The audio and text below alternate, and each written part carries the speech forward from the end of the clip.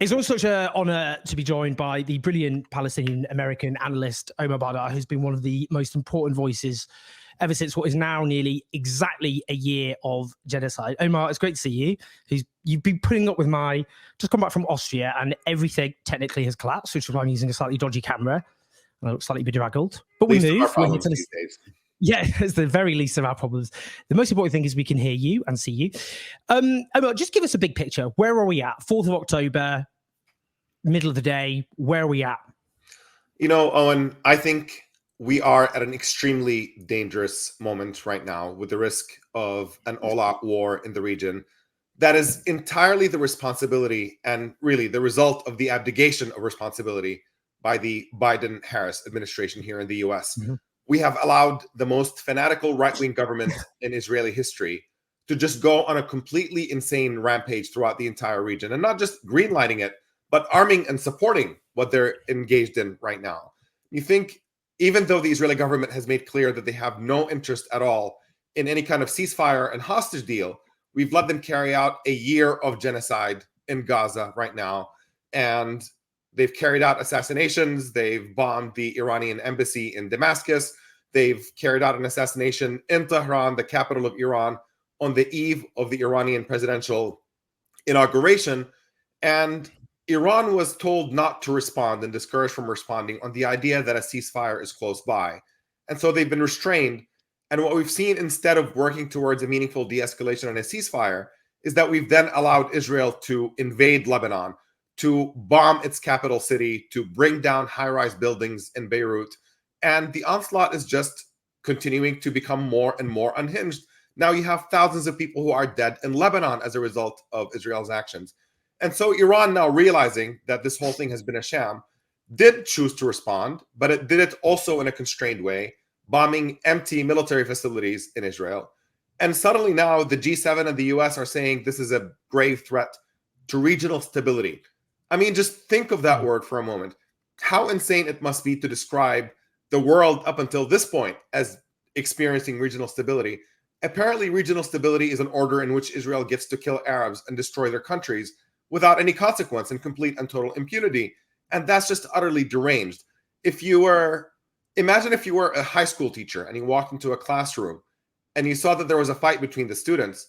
The first thing you would do is tell everybody to stop fighting. And once the fists start flying, that's the equivalent of a ceasefire.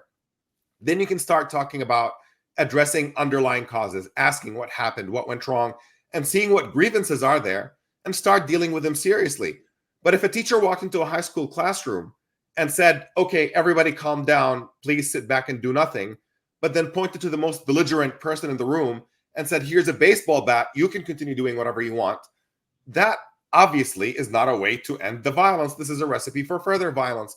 And that is precisely what American policy has been so far, is insisting that Israel does not have to play by the same rules that everybody plays with, that they are somehow exempt, they're above the rules and above the law, and they can carry out atrocities with complete and total impunity. And you can see that now escalating to a point to where it's just a meaningless show of force, where the West Bank, which is under Israeli control, Israel rules the West Bank. They have a Palestinian Authority that is fairly pliant and subservient, managing the West Bank for them. If Israel wanted to reach anyone in the West Bank, they can simply send police, either Palestinian Authority police or even Israeli soldiers, to go and get whoever they want. And yet in the West Bank just yesterday, they chose to launch an airstrike on a crowded cafe, killing 18 people to get one person that they wanted. You only do that if you're drunk with power. Understand there are no consequences for your actions, and you feel you can do whatever you want to terrorize and pummel your enemies into submission. And that path is obviously pushing us to the edge of regional catastrophe. And it's mind-boggling to see that President Biden seems to understand this. A recent interview of his in Politico, he was quoted saying that he thinks Netanyahu is trying to escalate towards a regional war to help Trump get elected. And yet Biden is still insisting on doing absolutely nothing. It simply doesn't make sense that we have that much of a lack of a backbone in Washington, that we're watching this horror unfold, devastating the region, and risking having Trump return to power as a result of that abdication of responsibility. Just as a case study, we talked about Joe Biden there. I just want to give this as a case study in terms of how Western leaders behaved this week. following Iran's ballistic missiles attacks on Israel, in which no Israeli civilians or soldiers were killed. Keir Starmer, the Prime Minister of the United Kingdom, did a solemn address flanked by two Union Jacks to condemn Iran's attack, saying it was, amongst other things, that Israel had the right to live in security, that Iran was at the root of the violence and chaos. And he said the Iranian regime has launched over 200 ballistic missiles at civilian targets in Israel. I just want your response to that, given what it, as a case study, whose lives matter and whose don't, when, just as a matter of fact, I'm not an apologist for the Iranian regime before people jump in. They were not civilian targets, and no civilian targets were attacked. And yet there was huge anger and grief by him, but not even a fraction of that emotion to actual mass slaughter on an almost unimaginable scale when the victims are Arab. Yeah, just on that note that you mentioned, Owen, it's funny because every time you bring up that argument and you talk about sort of this assault on Iran, people immediately attack you for being an apologist for the Iranian regime. Let's be completely clear. The Iranian government has a repressive record against dissidents, against women's rights, against a lot of things. So this is in no way a blanket defense of anything that the Iranian government does. We're simply arguing for a world in which the Iranian government has to play by the same rules as everybody else. And the problem with Western policy is that it says that Israel can do whatever it wants, but Iran can't. Israel can have a nuclear weapons program and develop hundreds of nukes, but Iran developing a peaceful nuclear program is a threat to world peace and regional stability and requires an intervention. Just that double standard, that hypocrisy. When you say our friends get to do whatever they want and you can do nothing, that is ruling the world like a mafia rather than an order that you can get buy-in from everyone, in which we say the same rules apply for everyone.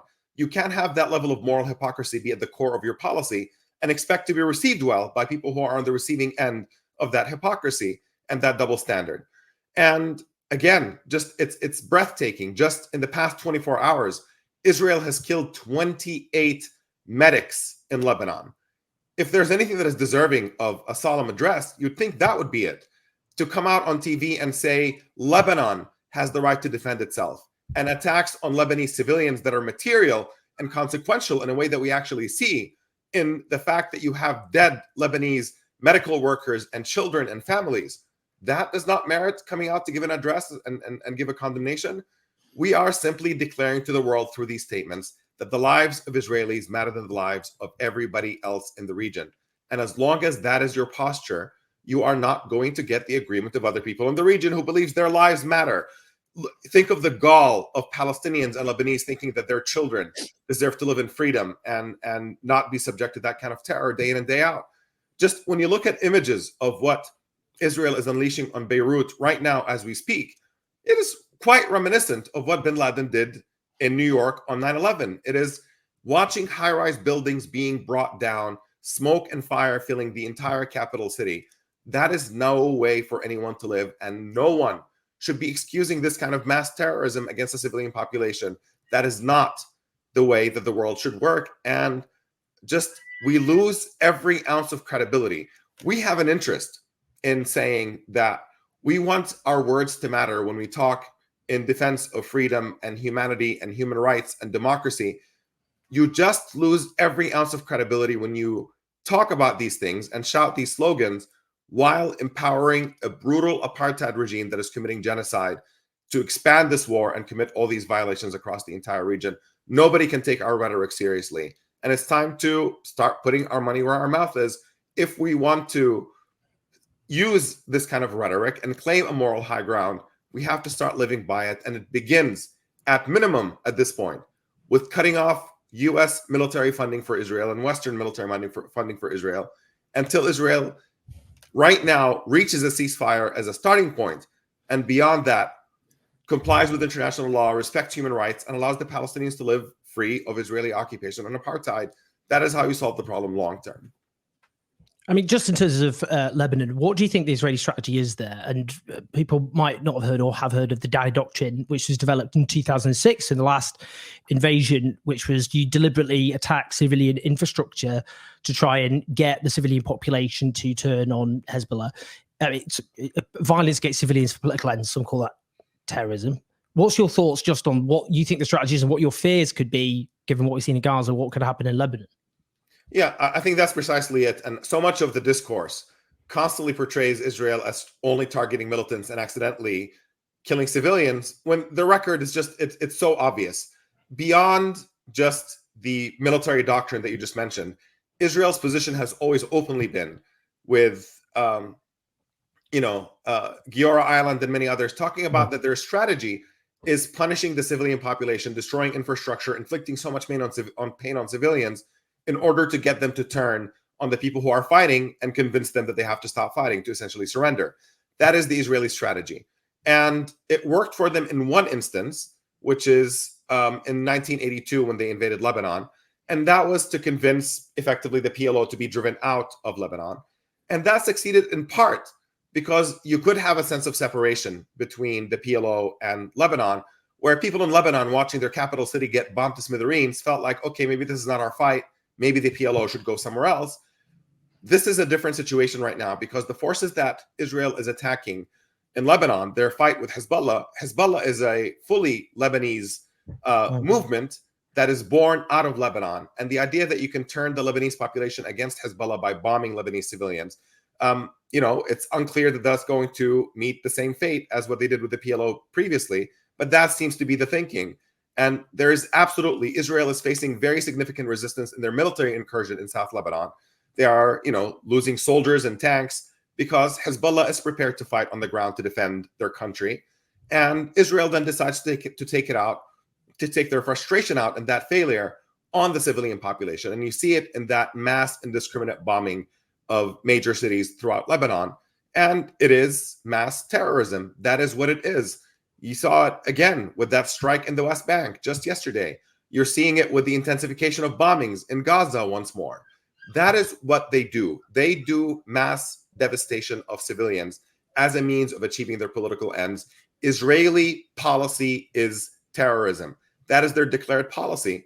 And the fact that we continue putting on this pretense that Israel is trying to target militants and we're going to try to help them do this and do that, nobody buys that. Nobody in the world buys that. Maybe some American and Western audiences buy it because of the sheer blind spots and the utter bias that we see in our media coverage of this, that we still indulge this rhetoric. But for anybody who reads human rights reports, anybody who listens to the doctors who go and visit Gaza, who talk about the systematic targeting of Palestinian children with sniper fire, understands that this pretense is just utterly empty and ridiculous.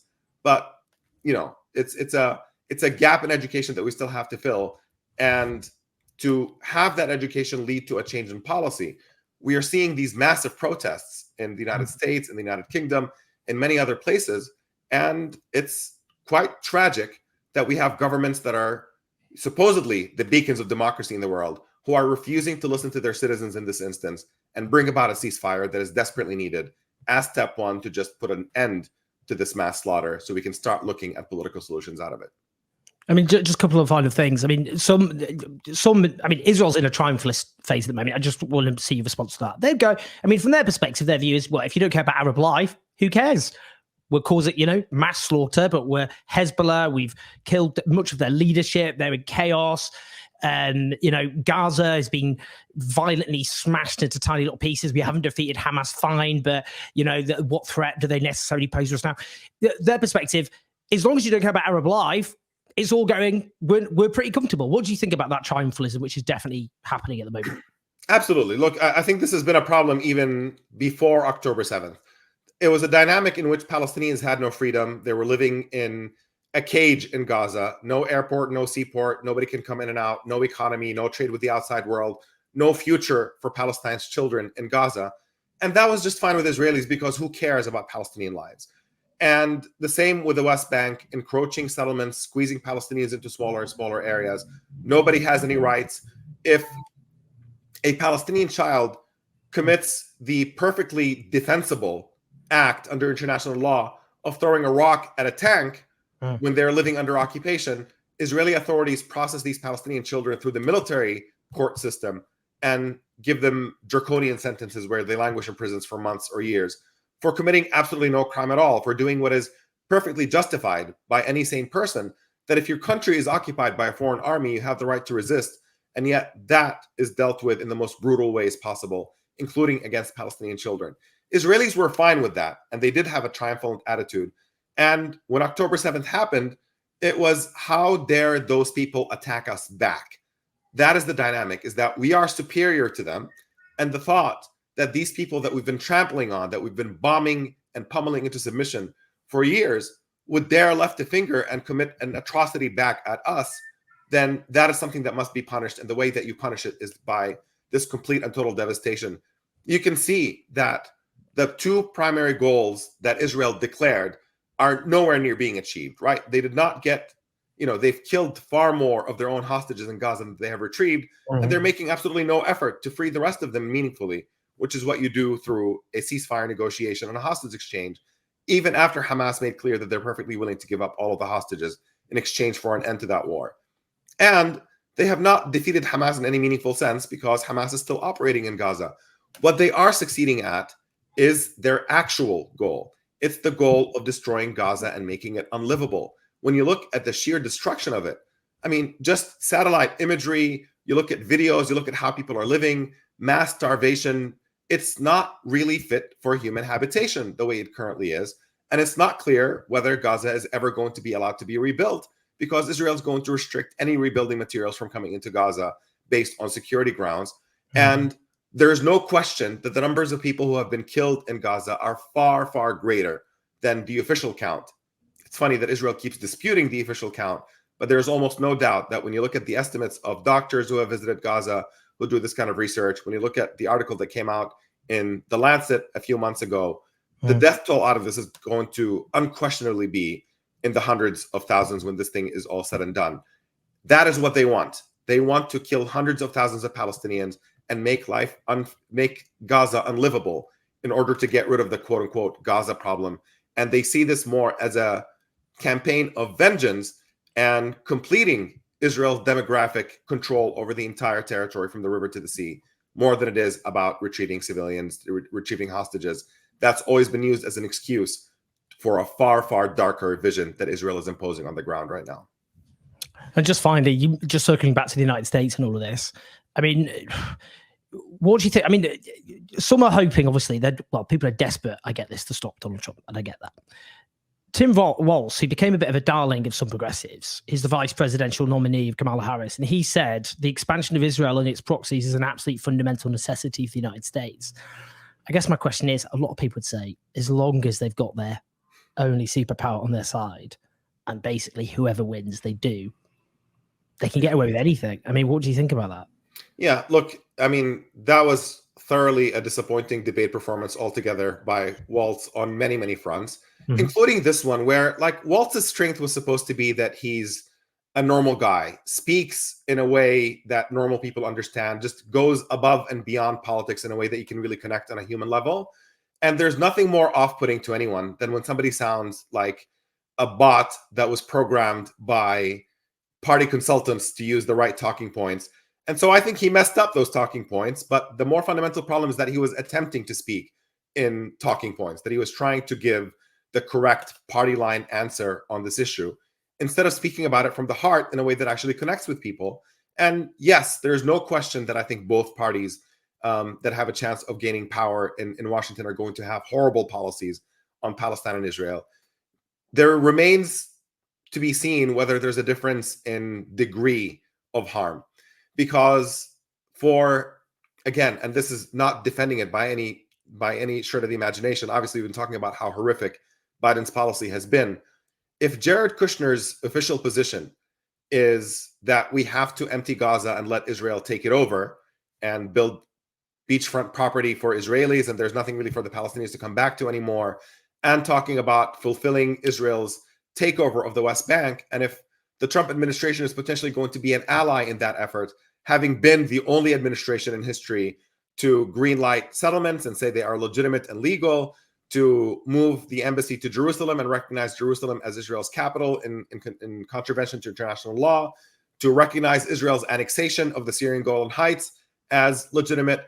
I mean, it's clear that Trump's orbit is filled with people who actually have less than zero regard for Palestinians. It's just incredible to say that they are willing to in the case of Biden, he'll and probably Harris continue indulging Israel while occasionally wagging their finger and calling for constraints and saying, no, we won't say okay to the reoccupation of Gaza and so on. You can contrast that with potentially the Trump administration coming in and saying, we are fully on board with a remaking of the Middle East in the way that Israel wants and that the US would participate in that directly. That is a terrifying prospect. I don't know what the chances are of the US jumping into a regional war right now. It seems like we're on a path of escalation between Israel and Iran that is unavoidable at this stage. Iran made it clear that they're not going to sit back if Israel hits again. And Israel seems to determined to restore a balance in which Israel can hit Iran and Iran does not hit back. So they've made clear that they do intend to escalate further. And that's what we're all waiting for. Now, if a regional war breaks out, is the US going to step in and participate in Israel's war against the region? And I don't know, once more, whether there's a contrast between Trump and Biden-Harris on this particular question.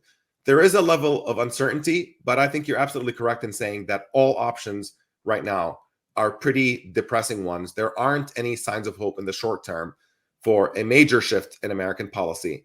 But to the extent that we can fight for a minor one, I think that could still make the difference between life and death for potentially millions of people.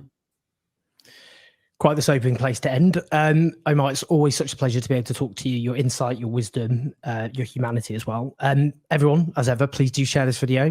Press like, subscribe, leave comments. We'd love to hear your thoughts. It's also good for the algorithm so more people engage and watch the video, which is what we want. But Omar, thank you so much, honestly. Thank you, Owen. I really appreciate it.